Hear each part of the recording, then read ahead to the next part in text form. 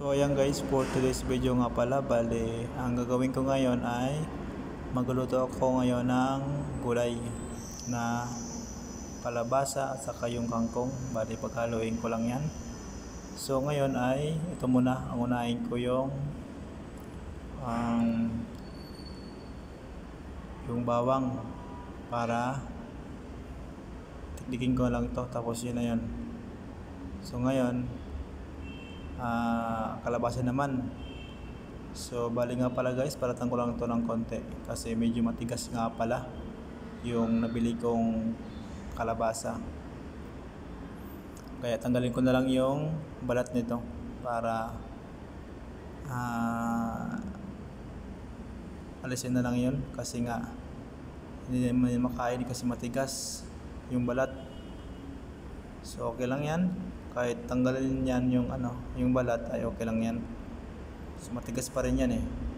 So wag ko lang lutuin ng malambot kasi durog talaga yan.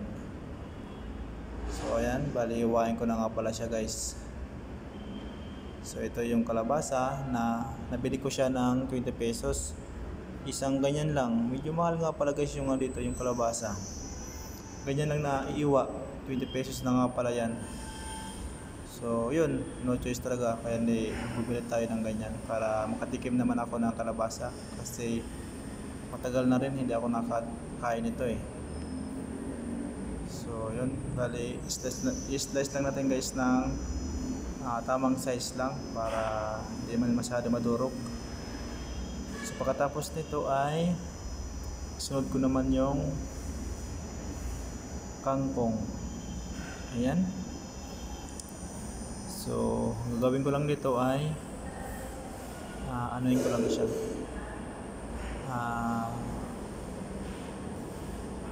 puputol-putulin ng maliit lang, ano lang yung nito ang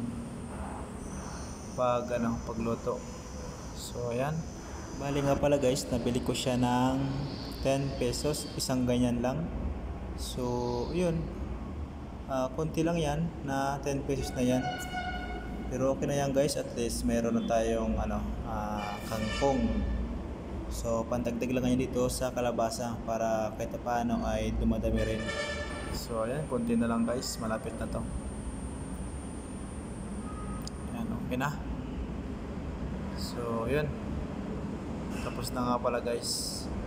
Gisa muna tayo guys ng bawang. Katapos ko nito magisa ay ilagay ko naman yung kangkong. Gigisahin ko na rin yan, kangkong na yan, para maluto siya.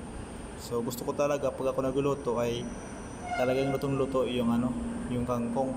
Ayoko kasi ng half cook eh. Ayan, bali gisahin ko muna siya ng maigi. Tapos pagkatapos lang guys ay lalagyan ko siya ng tubig. Maya maya lamang ay lalagyan ko siya kasi nga kailangan ko mo siya lutuin ng maigi. Ayan, gisahin ko muna siya. Ayan guys, medyo okay na nga pala yan guys. Lagyan ko na siya ng tubig. Tapos yung kalabasa. Saka ito guys, nasahog na ito yung bulinaw. Ayan. So yun lang guys ang sahog nito. Tapos ito na coconut powder. Ayan, yun lang guys ang ilagay ko dito kasi mas maganda to na powder.